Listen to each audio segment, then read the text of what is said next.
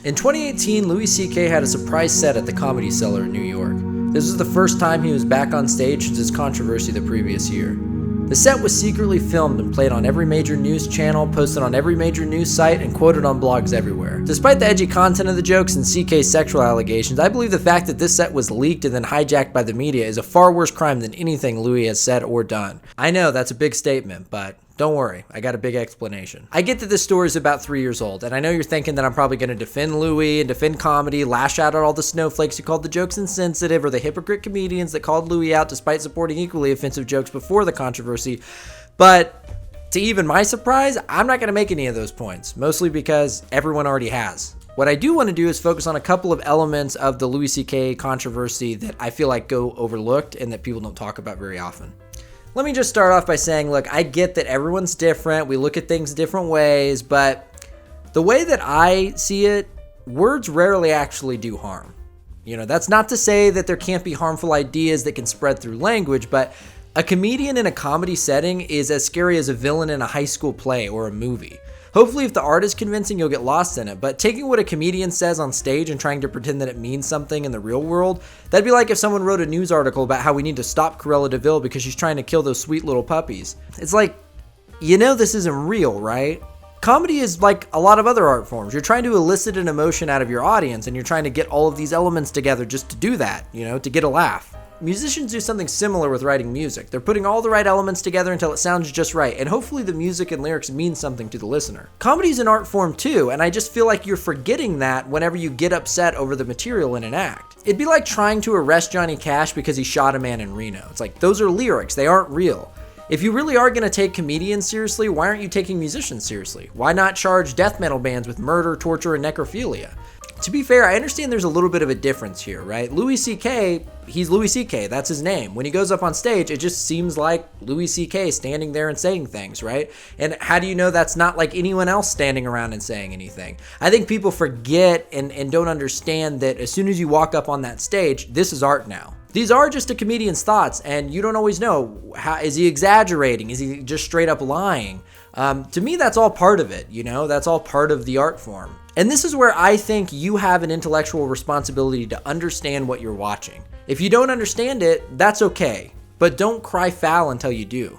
The issue of over-criticizing comedians for jokes has definitely increased since the internet's become what it is, which is basically a dumpster fire. Daniel Tosh got in trouble for a rape joke because someone went home and blogged about it, and Louis got in trouble because someone secretly recorded a set with their phone. This kind of leads into my main criticism of the Backlash, which is that the jokes Louis made were just jokes. You typically need to be 18 years or older, usually 21, to enter a comedy club, so you are an adult at that point, and words really shouldn't hurt you. And if you do find something distasteful, you actually have the luxury of just leaving.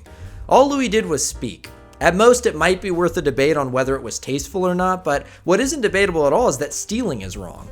Videotaping someone without them knowing is questionable, to say the least, but then broadcasting it to the whole world, that's definitely wrong. If I record a musician's set at a concert and release it online, I'd be subject to copyright infringement. And worse than that, I would be at a moral loss for posting songs online that the artist hasn't even released yet. But major news networks like Fox News and CNN did exactly that to Louis. He was developing some great new bits, and we'll never get to hear them fleshed out or completely finished because national news networks stole his material and broadcast it to the whole world. People were so caught up in defending or attacking Louis that they let a worse crime go mostly unnoticed. The worst part is that these news organizations will use the material as fodder for clicks. So not only are you stealing someone's material, you're making money off of it. I think Joe Rogan might have been the only person I heard really mention anything about it, and to me it's such a central point to the issue. Not whether or not the material was offensive, but whether or not it was moral to leak it. Also, it's worth noting that if you actually think that what he says was harmful and offensive, the best thing to do would have been to just not say anything. Because before it was leaked and made into this huge controversy, only a room full of people heard the jokes. Now with the news sites and Twitter and everyone sharing it everywhere, millions of people can get offended by it. The same thing happened to Ari Shaffir when he made the infamous Kobe tweet. For anyone who doesn't know, Ari Shaffir is a fairly edgy comedian, and he often would do this troll on Twitter where he shits on celebrities right after they died.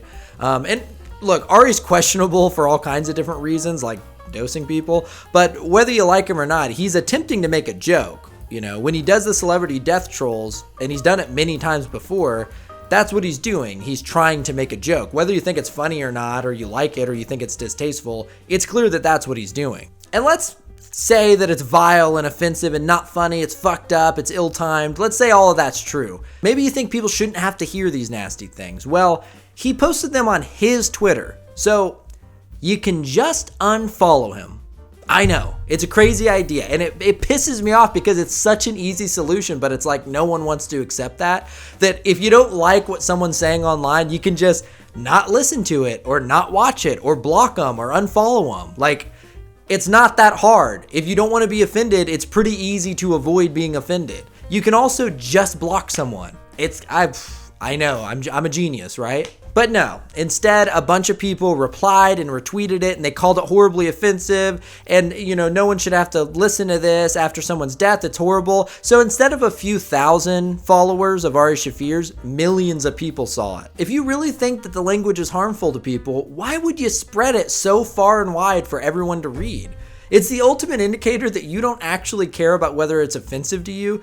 You just care about the social points you get for poo-pooing it while you sit on your high horse. So I know this is an old story, and I know I was a little all over the place, but it's something I just felt like I wanted to get off my chest for a long time. It's always really bothered me. I mean, that's just a shitty thing to do. I'm not even talking about legal or any of that. It's just a shitty thing to do. Like, as soon as a bit gets shared on the media, it's all over the place. A comedian can't use that bit anymore. So to me, it's just fucked up, and it's so, like, two wrongs don't make a right. Just because you don't like something doesn't make it okay for you to do something else immoral. So anyway, I appreciate you guys listening, and you know, letting me get this stuff off my chest. One more thing though, before the video ends, I do want to ask, you want to see my penis?